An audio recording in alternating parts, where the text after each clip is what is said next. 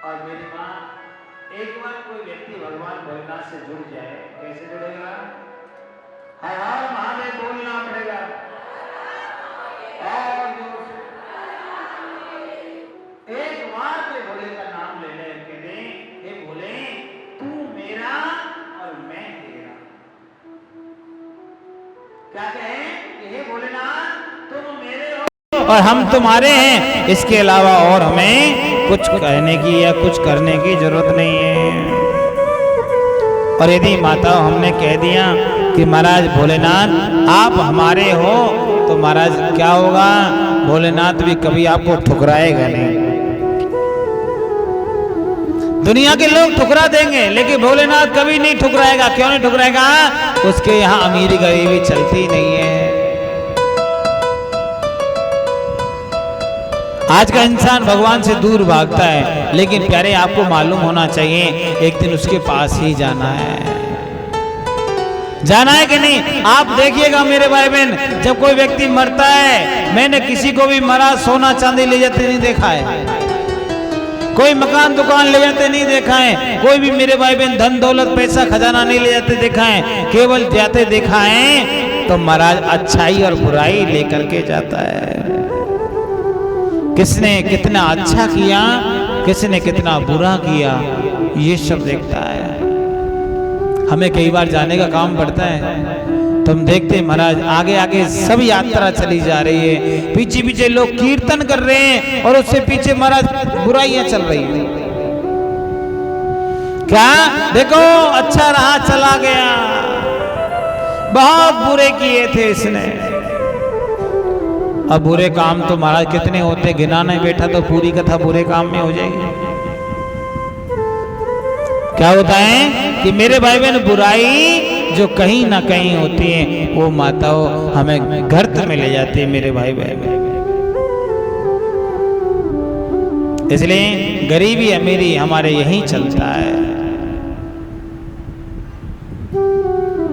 महाराज एक व्यक्ति ऐसा था, वो गरीब था, उसकी कोई राम राम नहीं लेता था, लेकिन भगवान भोलेनाथ का परम लाडला भक्त था। क्या था? हर रोज का नियम था, हर रोज भगवान को फूल चढ़ाता था, हर रोज माला अर्पण करता था, हर रोज का नियम था महाराज दूध चढ़ाता था, दूध। उसके पास में कोई धंधा नहीं था, उसने क्या किया? एक गैया मैया लेके आया। क्या लाया? गैया लाया। और गौ माता का महाराज दूध निकालता और निकाल करके बाजार में बेच के आता। अब जो दूध लास्ट में बच जाता, उस दूध को महाराज भोलेनाथ पे चढ़ा देता। उसने कसम खाई कि मेरा जो दूध बचेगा वो सारा मैं भोलेनाथ पे चढ़ाऊंगा। अब नियम बना लिया महाराज। अब प्यारे एक गैया से दो गैया हुई, दो गैया से तीन हुई, तो अब महाराज भैंस लाया। और प्यारे उसने गाय भैंस का बहुत प्यारे, बहुत सुंदर, बहुत सुंदर गाय भैंस का उन्होंने महाराज धीरे धीरे लालन पालन करना शुरू कर दिया। उसका व्यापार इतना बढ़ गया कि प्यारे अब तो वो पहले साइकिल से चलता था, मोटरसाइकिल पे आया और मोटरसाइकिल से गाड़ी पे आ गया। हाँ, कई लोग होते जैसे हमारे बगल में इंस्ट्रूमेंट वाले भैया बैठे, ये पहले साइकिल से चलते थे, फिर मोटरसाइकिल पे आए, अब ठेकेदार हो गए तो महाराज गाड़ी से चलते हैं। क्यों? भगवान के भक्त हैं तो आगे निकलते हैं। अब इनके साथ के जितने बजाने वाले वो भी मोटरसाइकिल पे लटके पड़े, वो कहते हैं ये कैसे आगे निकला? कोई सोचता है कि लंबा बाल किया इसलिए आगे निकला। हाँ, तो कईयों ने बाल बढ़ाना शुरू किया है। हमारे जैसे कैसे बढ़ाएं? बाल ही नहीं। बड़ी मुसीबत होती है जिसका बाल नहीं हो सर में, तो महाराज कहां से? और वो व्यक्ति भगवान का भक्त था, वो महाराज बड़ा धीरे धीरे एक दूध बेचने वाला व्यापारी बन गया, लेकिन नियम नहीं तोड़ा। देखो नियम टूट जाए तो इंसान इंसान नहीं होता भैया। अमीरी कहीं भी हो कोई दिक्कत नहीं है यार, लेकिन नियम टूट गया तो हमारा समस्या हो जाती है। फिर प्यारे वो व्यक्ति उस लायक नहीं बचता, उसको फिर डूबना पड़ेगा। नियम अच्छा होना चाहिए।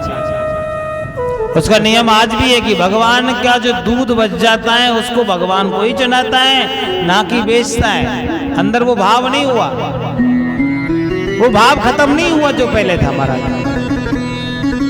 आज भी नियम है कि महाराज चढ़ाता है भगवान को। लोग कहते हैं भैया तेरे पास में तो कई कई बार 5-5 किलो दूध बच जाता है, इतना किसी को एक काम किया कर ना, इसको बेच दिया कर घर लाके। उसने कहा नहीं, मेरा नियम है यहाँ से लेके जाऊंगा, ले जाने के बाद में जो बचेगा उसे भोलेनाथ पे ही चढ़ाऊंगा, किसी और पे नहीं चढ़ाऊंगा। हाँ, आप हम लोग दूध चढ़ाते कि नहीं चढ़ाते? अच्छा कौन कौन बहन जी दूध चढ़ाती, जरा ऊपर हाथ करो भोलेनाथ पे, देखो। और दूध भी क्या चढ़ता होगा? हाँ जी, भाई लोग भी जाते हैं, मैंने देखा है। 25 ग्राम दूध होता है, उसमें महाराज 250 ग्राम पानी होता है।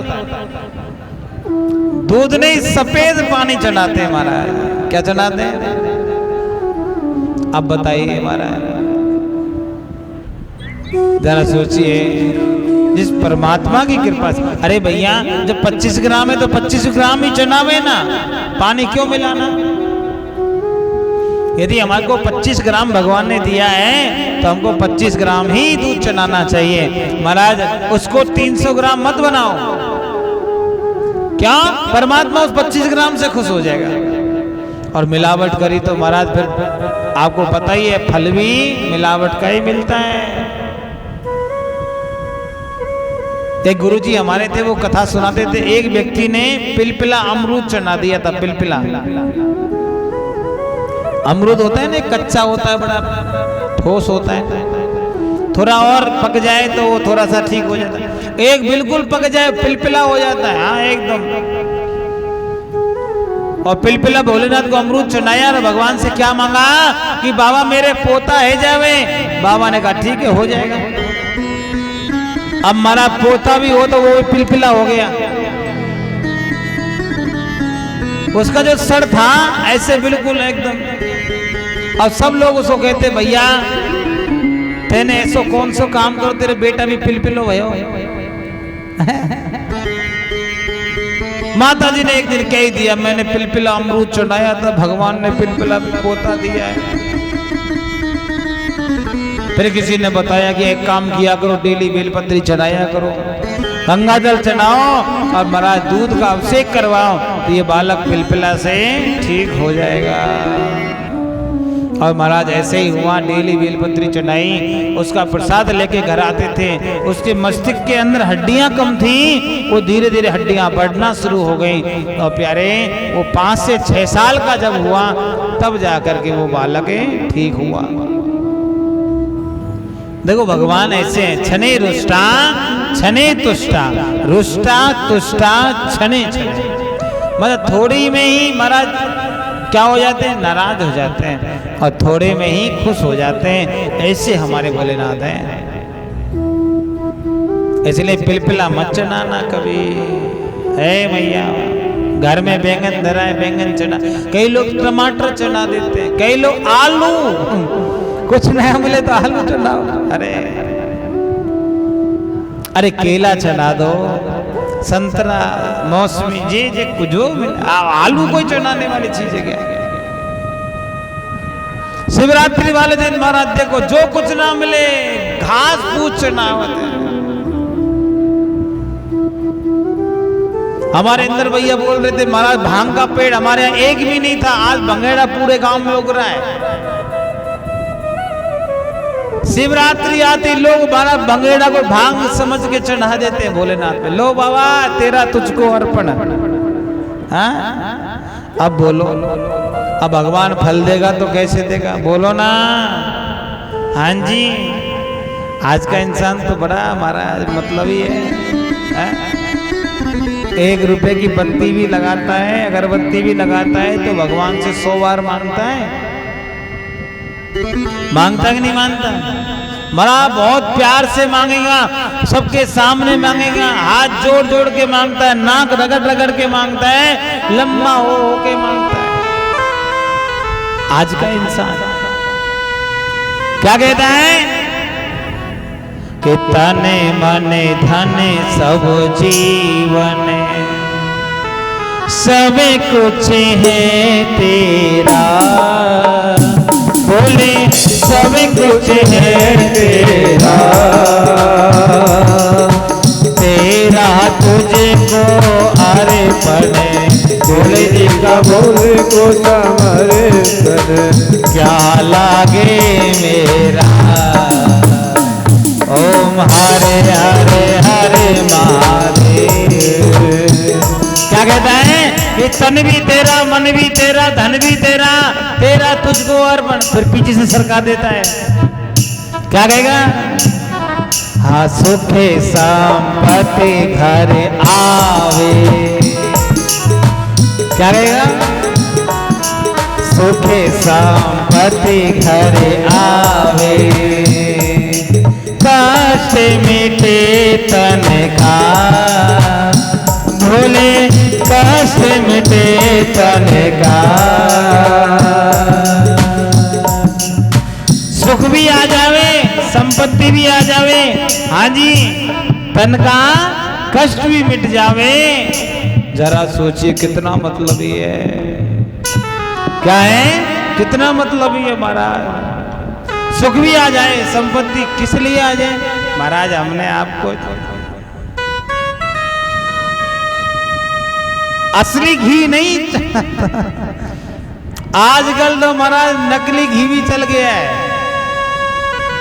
केवल नाम घी होता है महाराज, डिब्बे पे लिखा होता है ऑयल, मतलब तेल, वो भी असली तेल नहीं होता, उसमें भी मिलावट होता है। और मांगता क्या है? सब कुछ मिल जाए। भोले बाबा सब जानता है बेटा मिलावटी है, मिलावटी भक्त और मिलावटी सामान परमात्मा कभी भी अपने ऊपर समर्पित नहीं करता। यदि असली भक्त होता है, परमात्मा का निष्काम भक्त होता है, तो भगवान देने में भी कंजूसी नहीं करता माताओं, निष्कामता होनी चाहिए। जैसे भगवान द्वारकाधीश, कौन? भगवान श्री द्वारकाधीश, जिनके एक भी बेटा नहीं था, महाराज शादियां हो गई थी 16,108। कितनी शादी हुई भगवान की? बोलो ना, कितनी शादी थी? 16,108 शादियां हो गई, बालक एक भी नहीं हुआ। मेरे भाई बहन याद रखना, शादी करने से बालक हो जाते हैं तो महाराज घर घर में प्यारे, आज भी मैंने कई जगह देखा है, शादी को 15-15 साल हो जाते हैं और आज तक एक चूहा तक नहीं हुआ, बालक की दूर की बात है। तरस जाते हैं महाराज, क्या बच्चा नहीं है देखने के लिए। कई लोग महाराज देखे पढ़े लिखे होते हैं ना, वो कहते अभी नहीं, अभी तो शादी हुआ है, अभी देखेंगे बाद में। अरे भैया बाद में किसने देखा? भगवान दे रहा है तो लो, बाद का कोई भरोसा नहीं है। आपको भगवान ने प्रसाद दिया, आप ले नहीं पाए, बाद में मिले मिले ना मिले, होता है कि नहीं होता? हरियाणा में बहुत ज्यादा होता है महाराज। हाँ, एक बेटा चाहिए, उसके बाद नहीं चाहिए। हाँ? अच्छा बेटी नहीं तो फिर महाराज बहू कहां से लाओगे? बोलो ना, हे मैया बोलो।